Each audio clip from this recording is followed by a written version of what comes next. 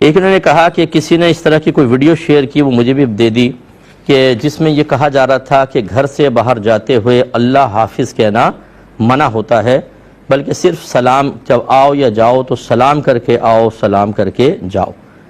جبکہ وہ خاتون کہتی ہیں کہ ہمارے گھر میں طریقہ یہ ہے کہ آنے پر سلام کرتے ہیں اور جانے پر خدا حافظ یا اللہ حافظ کہا جاتا ہے۔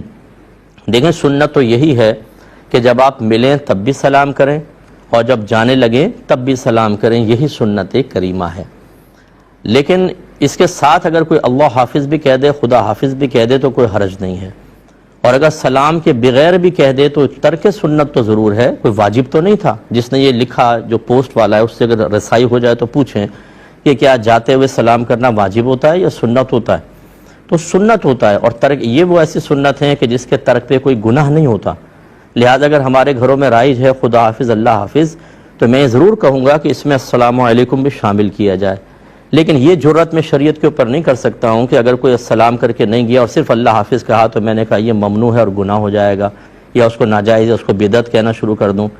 یہ بدعت کا نعرہ لگانے والوں کو ایک شرعی اصول اچھی طرح یاد رکھنا چاہیے کہ اگر کوئی چیز ایسی ہے جس پر براہ راست قرآن یا حدیث سے سختی نہیں کی گئی، حکم نہیں دیا گیا، اور وہ معاملہ مسلمانوں میں بہت زیادہ عام ہو جائے، تو مسلمانوں کا تعامل یعنی اس کے ساتھ بہم معاملہ کرنا، مسلمانوں کے اندر اس چیز کا رائج ہو جانا اس کے جائز ہونے کے دلیل ہوتا ہے، کیونکہ اللہ تعالیٰ نے فرمایا کہ وما رأى المؤمنون حسنا فهو عند اللہ حسن، جو مسلمانوں مومنین کے نزدیک اچھا ہے وہ اللہ کے نزدیک بھی اچھا ہے۔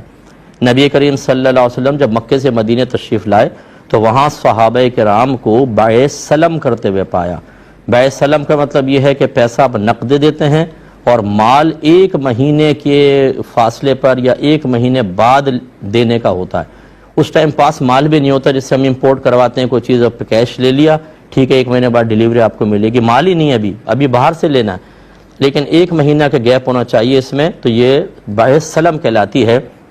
حالانکہ نبی کریم صلی اللہ علیہ وسلم نے خود فرمایا تھا کہ جب تک کسی کے پاس ملک میں مال نہ ہو اور موجود نہ ہو وہ آگے نہیں بیچ سکتا، لیکن جب صحابہ کرام کے اندر تعامل یہ دیکھا تو رحمت کونین نے اس کو جائز قرار دے دیا۔ ہاں یہ حکم فرمایا کہ اس مال جو ابھی آنے والا ہے اس کی ایسی صفات ذکر کر دی جائیں کہ بالکل کلیئر ہو جائے وہ مال کیسا ہوگا، مثلا گندم ہے تو پرانی ہوگی نئی ہوگی، کون سے ملک کی گندم ہوگی اور کتنے من ہوگی وغیرہ وغیرہ سارے بات، اور کہاں پہنچانی ہوگی، یہیں پہ رکھنی ہے پورٹ پہ یا گودام تک پہنچانی ہے، سارے معاملات طے کر لیں تاکہ بعد میں جھگڑا نہ ہو۔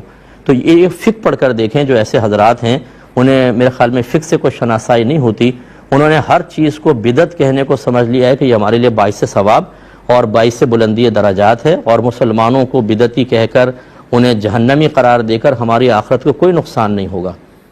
یہ معلوم ہوگا آخرت کے اندر ہر چیز اتنی آسان نہیں ہوتی۔ تعامل الناس کیا ہے، لوگ ان سے پوچھئے نا، توارث کیا ہے، تعامل الناس عرف کیا ہے، اسی طرح عموم بلوہ کیا ہے، ان سے معلوم کریں تو پتہ چلے گا۔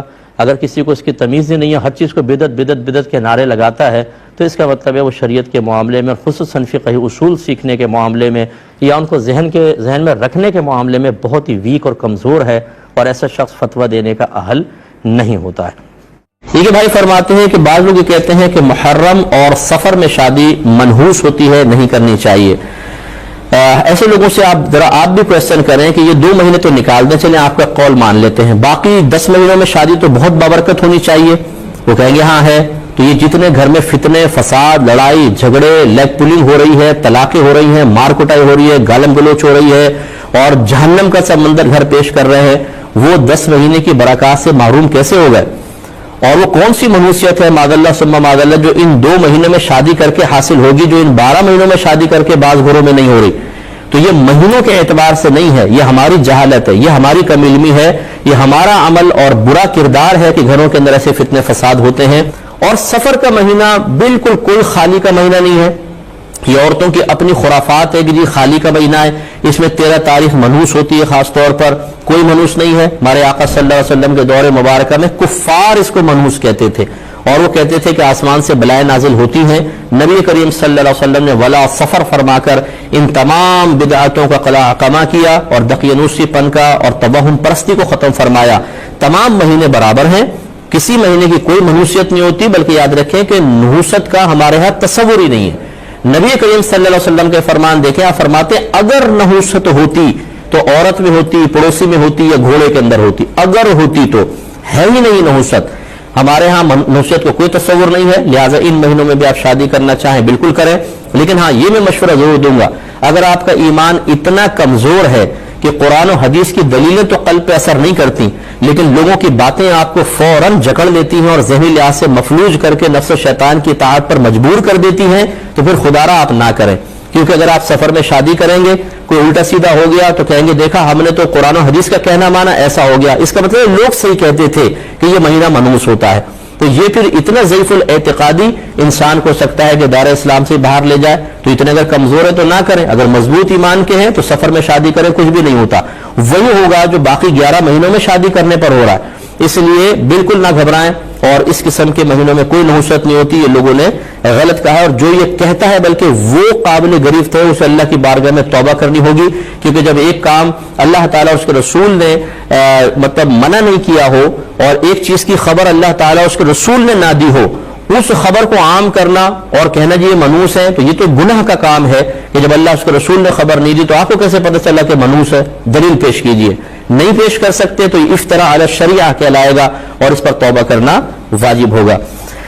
ایک بھائی نے کویسچن کیا تھا کہ اگر کوئی ہمارے سامنے کوئی کلمہ کفر کہے تو کیا ہم پر واجب ہے کہ اس کو بتائیں اور اس سے تجدید ایمان، اور اگر شادی شدہ ہے تو تجدید نکاح کروائیں، یا بس اتنا ہی کافی ہے کہ ہم دل میں اس کو برا جان کر اس کو کافر سمجھتے رہیں؟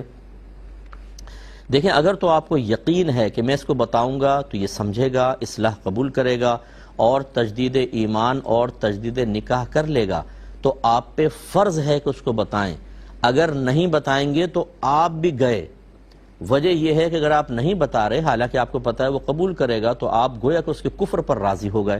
اگرچہ اگر میں آپ سے پوچھوں کہ آپ راضی ہیں تو آپ انکار ہی کریں گے، لیکن آپ کی ظاہری علامت بتا رہی ہے نا کہ جب آپ کو پتا ہے وہ اصلاح قبول کر لے گا تو کیوں نہیں بتا رہے؟ آپ اس کو بتائیں تاکہ بیچارہ کفر کی دلدل سے باہر نکلے۔ اس کا مطلب ہے آپ اس کے کفر پہ راضی ہیں، تو پھر تو آپ بھی گئے، اور آپ کو تجدید ایمان تجدید نکاح کرنا پڑے گا، تو اس کو بتانا واجب۔ لیکن اگر ایسا نہیں ہے، آپ کو یقین ہے کہ مانے گا نہیں، جھگڑا کرے گا، لڑے گا، اور اس کا مطلب ضد اور انانیت بڑھے گی، ایسے موقع پر اگر آپ خاموش ہو جائیں تو کوئی بات نہیں۔ جیسے گھر میں بعض اوقات غصے میں آ کے کوئی غلط اپنے لیے کلمات کہنے کی کوشش کرتا ہے، اگر آپ کو یقین ہو کہ اس کو اور بتاؤں گا تو اور کلمات کفر کہنا شروع کر دے گا، کیونکہ بعض جاہل غصے کے اندر میں نہیں مانتا ہوں فلاں چیز، ٹھیک ہے ہم تو کافر ہی بھلے، اور اس طرح کے جملے کہتے ہیں۔ تو ایسے وقت میں اگر تھوڑا بھی سمجھانے کی کوشش کریں تو اور تیش میں آ کے مزید کلمات کفر کہتے ہیں۔ تو بعض اوقات تو کفر اختلافی ہوتا ہے جس سے انسان مرتد نہیں ہوتا، لیکن جب آپ تیش دلا دیتے ہیں تو وہ ایسے جملے بھی کہہ دیتے ہیں جس سے کفر اتفاقی ثابت ہوتا ہے اور مرتد ہو جاتا ہے آدمی۔ ایسے موقع پر خاموش رہنا بہتر ہوتا ہے کہ خاموش ہو جائیں، اس کا غصہ ٹھنڈا ہو جائے، پھر اس کو پیار محبت سے سمجھائیں اور اس سے تجدید ایمان اور تجدید نکاح کی طرف لے کر آئیں۔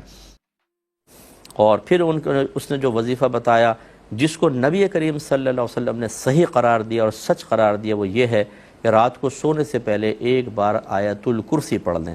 ایک روایت کے مطابق تو یہ ہے کہ اللہ تعالیٰ اس شخص کی بھی اور جو اس کے محلے میں ہیں ان سب کی حفاظت فرمائے گا ساری رات۔ حفاظت کس چیز سے؟ آپ چوری سے محفوظ رہیں گے، آپ آگ لگنے سے محفوظ رہیں گے، آپ چھتیں گرنے سے محفوظ رہیں گے۔ اب ہم نے چونکہ رات کو سونے سے پہلے وظائف وغیرہ پڑھنے چھوڑ دیے، ورنہ میرے آقا صلی اللہ علیہ وسلم کی عادت تھی۔ سیدہ عائشہ صدیقہ رضی اللہ تعالی عنہا کہتی ہیں کہ سرکار جب بستر پہ لیٹ جاتے تو قل اعوذ برب الفلق اور قل اعوذ برب الناس، اور ایک روایت میں چاروں قل پڑھ کر اور اپنے ہاتھ پہ پھونک مارتے، دم کرتے، اور اسے پورے بدن پہ جہاں تک آپ کا ہاتھ پہنچتا پھیر لیتے۔ ہمارا کیا ہوتا ہے؟ رات کو ٹک ٹاک دیکھ رہے ہیں صاحب، ٹک ٹاک دیکھتے دیکھتے گھلٹے۔ اب ٹک ٹاک کیا بچائے گا؟ فلمیں دیکھ رہے ہیں، ڈرامے دیکھ رہے ہیں، فون پہ بات کر رہے ہیں، تاش کی گڈیاں ہاتھ میں ہیں، لیڈو کھیل رہے ہیں، ڈرافٹ کھیل رہے ہیں، اور اگر لیٹ بھی گئے تو ستاروں کو دیکھ رہے ہیں، اگر صحن کے اندر ہیں یا کمرے میں ہیں تو چھت پہ پنکھا گھومتے ہوئے دیکھ رہے ہیں، ادھر دیکھ رہے ہیں ادھر۔ بھائی کچھ پڑھ ہی لو بھائی، پڑھنے میں کیا جاتا ہے؟ لیکن آپ یہ محسوس کریں گے، آپ پڑھ کر دیکھیں کہ نفس اتنا سختی اور تنگی محسوس کرے گا، حالانکہ آدھا گھنٹے سے آپ خاموش پڑے رہیں، نفس کچھ نہیں کہے گا۔ جہاں آپ نے آیت الکرسی پڑھنا شروع کی وہیں سے اندر سے ایک ریزسٹنس پیدا ہو گیا، چھوڑ چھوڑ چھوڑ چھوڑ دے چھوڑ دے۔ چاروں قل پڑھنا عذاب بن جائے گا، حالانکہ چند سیکنڈ کے اندر آپ پڑھ سکتے ہیں، میرے خیال میں 2 سے 3 منٹ میں سب کچھ ہو جائے گا۔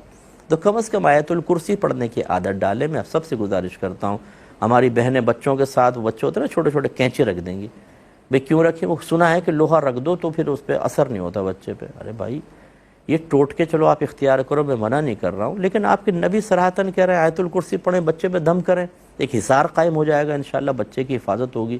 جو قرآن میں حدیث میں اس کو نہیں اختیار کرنا، کینچیاں، کانٹے، چمچ، چھریاں یہ رکھ لو سرانے، سب ہو جائے گا۔ گاڑی خریدیں گے اس میں جوتا لٹکا دیں گے پیچھے، آپ نے دیکھا ہے وہ؟ اب وہ جوتے سے کیا ہوگا بھائی؟ وہ کسی نے کہہ دیا ہوگا جوتا لٹکا دو، نظر نہیں لگے گی، یا وہ کالا سا کپڑا باندھ دیں گے پیچھے ریبن سا، اس پہ نہیں لگے گی۔